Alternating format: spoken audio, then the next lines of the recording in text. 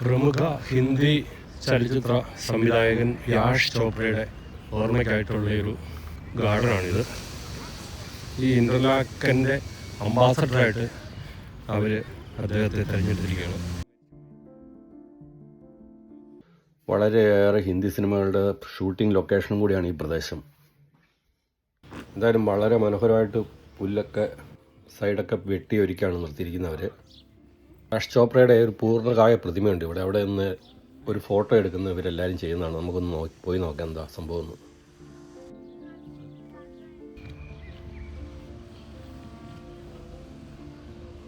ടൂറിസ്റ്റുകൾക്കായിട്ടുള്ള paragliding സംവിധാനങ്ങൾ ഇവിടെ ഒരുക്കിയിട്ടുണ്ട്. അപ്പോൾ അത് നമുക്ക് മുന്നേ കാണാം. അതിങ്ങനെ ഗ്രൗണ്ടിലേക്ക് അവർ ഓരോന്നായിട്ട് ഇങ്ങനെ വന്ന് ഇറങ്ങുന്നത് നമുക്ക് കാണാം.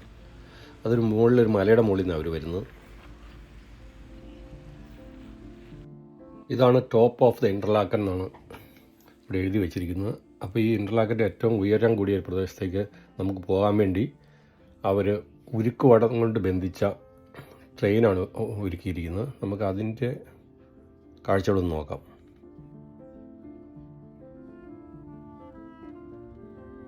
ഇപ്പോൾ ഒരു ട്രെയിൻ മുകളിലേക്ക് പോകുമ്പോൾ അതേസമയം തന്നെ മറ്റൊരു ട്രെയിൻ താഴേക്കും ഇങ്ങനെ സഞ്ചാരികളും കൊണ്ട് വന്നുകൊണ്ടിരിക്കുകയാണ്.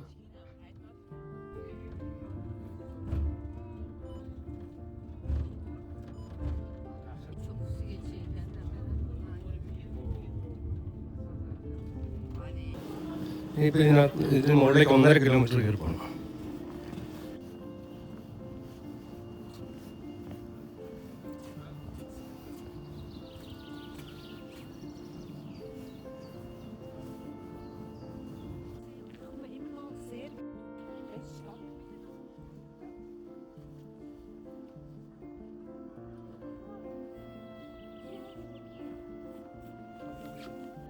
ഇത് മനോഹരമായൊരു വ്യൂ പോയിൻ്റാണ് ഈ കാണുന്ന ബ്രിഡ്ജ്.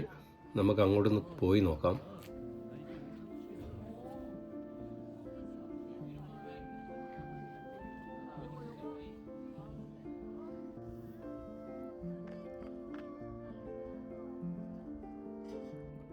ഈ കാണുന്നതിൽ അധികവും ടൂറിസ്റ്റുകൾക്ക് താമസിക്കാനുള്ള കോട്ടേജുകളാണ്.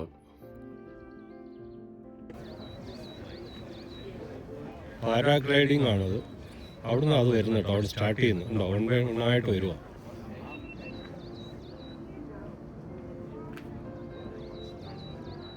നമ്മൾ നേരത്തെ പറഞ്ഞ ഗ്രൗണ്ടില്ല, ആ ഗ്രൗണ്ടിലേക്കാണ് ഇതെല്ലാം വന്ന് ഇറങ്ങുന്നത്.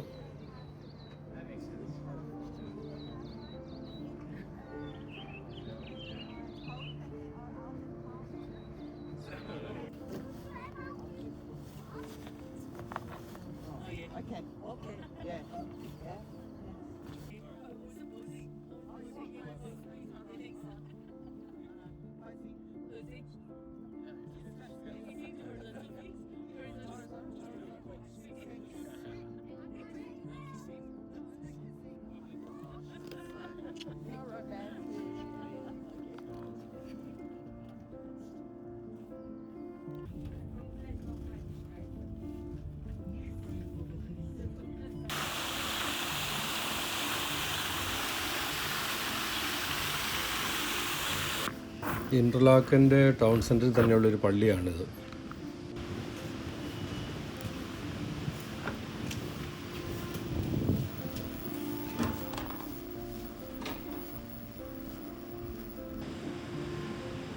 ഈ വരുന്ന ബോട്ടിൽ കയറിയാണ് ബേണിന് പോകുന്നത്.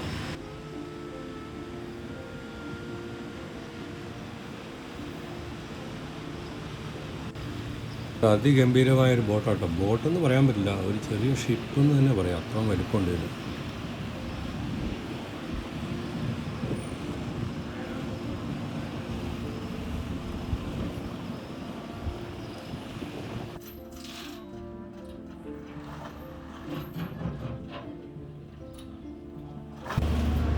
ബോട്ടിൻ്റെ ഉൾഭാഗമാട്ടെ ഇത്. ഇതൊരു ബാറും റെസ്റ്റോറൻറ്റോട് കൂടിയതാണ്. ഇത് രണ്ടാമത്തെ നിലയാണ്. ഇന്നൊരു മുകളിലേക്കും ഒന്നുകൂടെ ഉണ്ട്.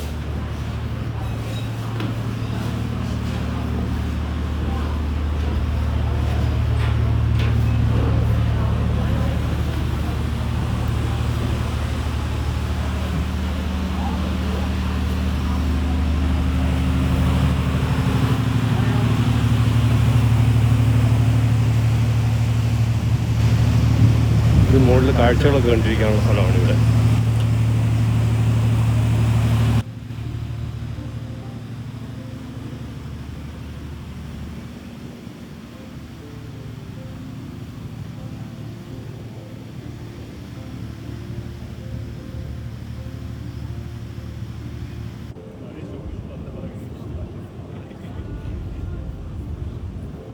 ബോട്ടിൽ നിന്ന് നമ്മൾ ഓരോ ബിയറൊക്കെ മേടിച്ചിട്ടുള്ളൂ. ഇതിൻ്റെ പേരെന്നാണ് ബിയറിൻ്റെ?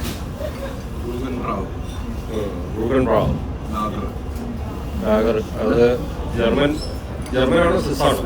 സ്വിസ്സാണ്.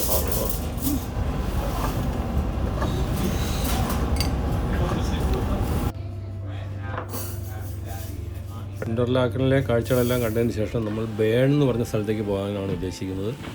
സ്വിറ്റ്സർലാൻഡിലെ കൂടുതൽ കാഴ്ചകളുമായിട്ട് നമുക്ക് അടുത്ത വീഡിയോയിൽ കാണാം. അതുവരേക്കും എല്ലാവർക്കും ഗുഡ് ബൈ.